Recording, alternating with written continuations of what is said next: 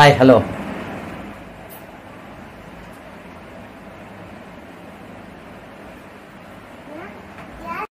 இந்த விஷயம் தெரிஞ்சால் போதும், நீங்கள் கண்ணை கட்டிக்கிட்டு கிச்சன் ரிங்ஸை போட்டுடலாம். ஐ மீன் கண்ணை கட்டிக்கிட்டுனா கண்ணை மூடிக்கிட்டு கூட டக் டக் டக்னு போட்டு போயிட்டே இருக்கலாம். நாம் இம்பார்ட்டன்ட் 3 விஷயத்தை நம்ம கவனிக்கணும். இதில் ஃபஸ்ட்டு பாயிண்ட்டு, அந்த ரிங்ஸ் வருது இல்லையா, அதை எக்காரணத்துக்கும் மேலே கீழே மாற்றி போட்டுறக்கூடாது. எந்தெந்த பொசிஷனில் எந்த ரிங்ஸ் போடணுமோ அதை தான் போடணும். First point.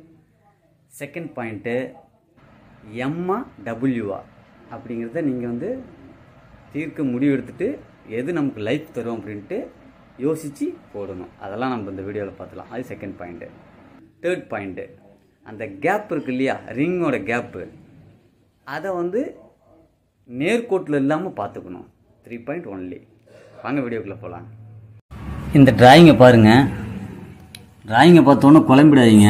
என்னடா அது இப்படிலாம் டிராயிங்லாம் போட்டு பண்ணுறானே அப்படின்னு நினைக்க வேண்டாம். சிம்பிளாக கான்செப்டை புரிஞ்சுக்கிட்டிங்கன்னா கண்ணை மூடிட்டு நான் சொல்கிற மாதிரி நீங்கள் ரிங்கை போட்டுட்டு போயிட்டே இருக்கலாம். டிராயிங்கில் போட வேண்டியது நான் க்ரீன் கலர் கொடுத்துருக்கேன். இது பிஸ்டனாக எடுத்துக்கலாம். பென்சிலால் வரைஞ்சிருக்கேன், அது ஓரிங்காக இருக்கும். பேனாவில் வரைஞ்சிருக்கேன், அது ஆயிலாக இருக்கும். ஓகேவா? சரி, இது பிஸ்டனாக இருக்கும். பிஸ்டன் வச்சிங்க, பிஸ்டன். ஓகேவா? இது பிஸ்டன். சரி, இது ரிங்ஸ். இதுதான் நான் சொன்னது ஃபஸ்ட்டு பாயிண்ட்டு. ரிங்கை உடைச்சிடாதீங்க, ரிங்கை மாற்றி போட்டுறாதீங்க அப்படின்னு சொன்னது. ஓகேவா? மாற்றிடக்கூடாது, உடைச்சிடக்கூடாது. ஓகேவா? 1 2 3 4 5 ரிங்கு வரும். First ring compressor ring, compression ring, wiper ring. ரெண்டாவது ரிங்கு வைப்பர் ரிங். மூணாவது ரிங்கு ஆயில் ரிங். அதுக்கு சப்போர்ட்டிங் ரிங்கு. மொத்தம் 5 ரிங்கு வரும். ஓகேவா? இதை தான் நான் ரிங்காக போட்டிருக்கேன். இது ஃபஸ்ட்டு டிராயிங். இதை பற்றி நான் அப்புறம் எக்ஸ்பிளைன் பண்ணுறேன். இது ரெண்டாவது. நம்பர் 2 சொன்னேன் இல்லையா, எம்மா டபிள்யூவா. இதை நீங்கள் கரெக்டாக பாயிண்ட்டை புரிஞ்சுக்கிட்டு நீங்கள் இந்த ரிங்கை இதில் போடணும். ஓகேவா? எம் போடணுமா டபிள்யூ போடணுமான்னு. இது ரெண்டாவது பாயிண்ட்டு. ஓகேவா? இது தேர்ட் பாயிண்ட். நான் சொன்னேன் இல்லையா, தேர்ட் பாயிண்ட் என்னது, ஒரே நேர்கோட்டில் இருந்துச்சுன்னா, அந்த ரிங்ஸோட கேப்பு நேர்கோட்டாக இருந்ததுன்னா ஈஸியாக ஆயில் மேலே போய் பிஸ்டனுக்கு தலையில் போய் உட்காந்துக்கும். அப்புறம் பெட்ரோல் இங்கே வந்ததுன்னா ஆயிலும் பெட்ரோலும் கலந்து புகை தான் வரும் வெளியில். ஓகேவா? இந்த இடத்துல ஆயிலே வரக்கூடாது. இந்த இடத்துல மட்டும்தான் ஆயில் வரணும்.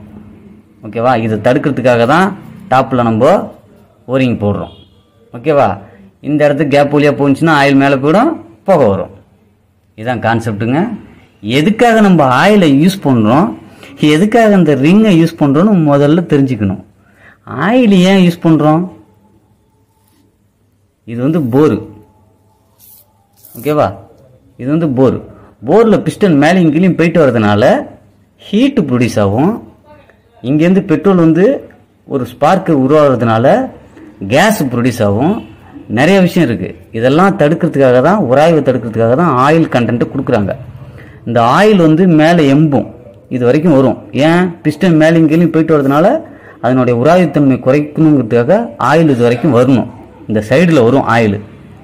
ஓகேவா? இந்த ரிங்ஸ் மூலியமாக அதை தடுத்து கீழே அனுப்பி விட்டுரும் ஆயிலெல்லாம். இந்த ரிங்ஸ் தான் தடுக்கும். அதுதான் கான்செப்டே. நீங்கள் இந்த ரிங்ஸில் தவறுதலாக இந்த 3 பாயிண்ட்டையும் யோசிக்காமல் தவறுதலாக போட்டால் ஆயில் மேலே போய் இல்லை லைஃப் இப்போ வீணாக போகும். லைஃபும் குறையும், ஆயிலும் மேலே போகிறது காரணமாகும். இதுதான் கான்செப்ட். இப்போ உங்களுக்கு புரிகிற மாதிரி சொல்கிறேன். 1வது டிராயிங்கையும் 3வது டிராயிங்கையும் கம்பேர் பண்ணி பாருங்கள். இது ஈஸியாக ஆயில் மேலே போகிறதுக்கான வழி இருக்குது.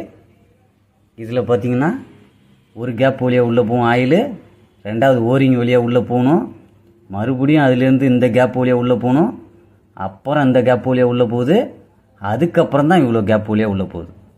ஓகேவா? இதுதான் விஷயம். இதை ஒரு சில யூடியூபர் என்ன சொல்லுவாங்க, எக்ஸ் மாடலில் நீங்கள் போடுங்க.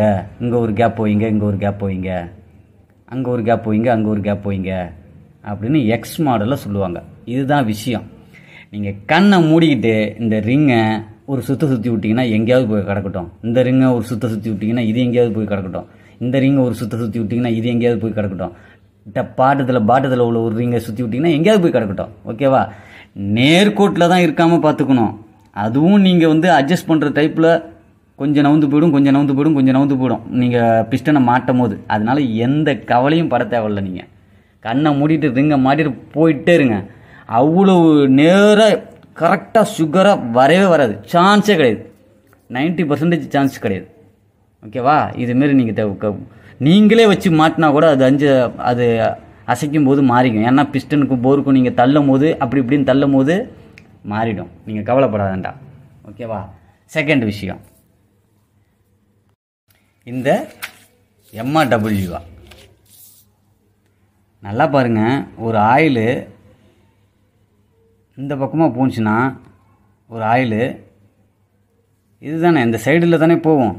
சைடுலேயும் போகும், இந்த மேல் பரப்புலேயும் போகும், அந்த சைடுலேயும் போகும். ஓகேவா? சைடு இந்த மேல் பரப்பு, அந்த சைடு பரப்பு அப்படி தானே மேலே போகும் ஆயிலு.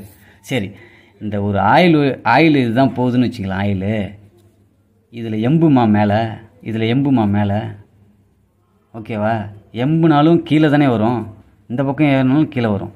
அதுவே இதில் ஒரு ஆயில் போகுதுன்னு வச்சுங்களேன், ஈஸியாக நுழைஞ்சி இதில் போய் டொப்புக்குடின்னு தொங்கிக்கும், மாட்டிக்கும்.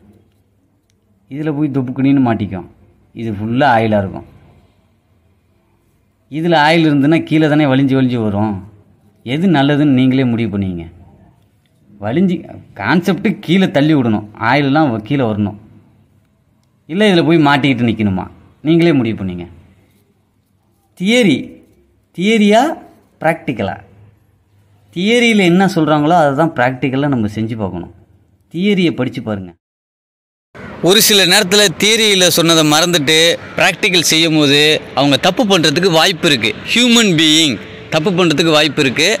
அதனால நம்ப வேண்டாம். தியரியை படித்து பார்த்துட்டு சொல்லுங்கள். தியரியில் வந்து எம்மு மட்டும்தான் போட சொல்லியிருக்காங்க. உதாரணத்துக்கு அடுத்தடுத்த வீடியோவில் இன்னும் நிறையா நான் சொல்லி காட்டுறேன். எம் மட்டும்தான் நம்ம போடணும். ஓகே, தேங்க்யூ ஃபார் வாட்சிங்.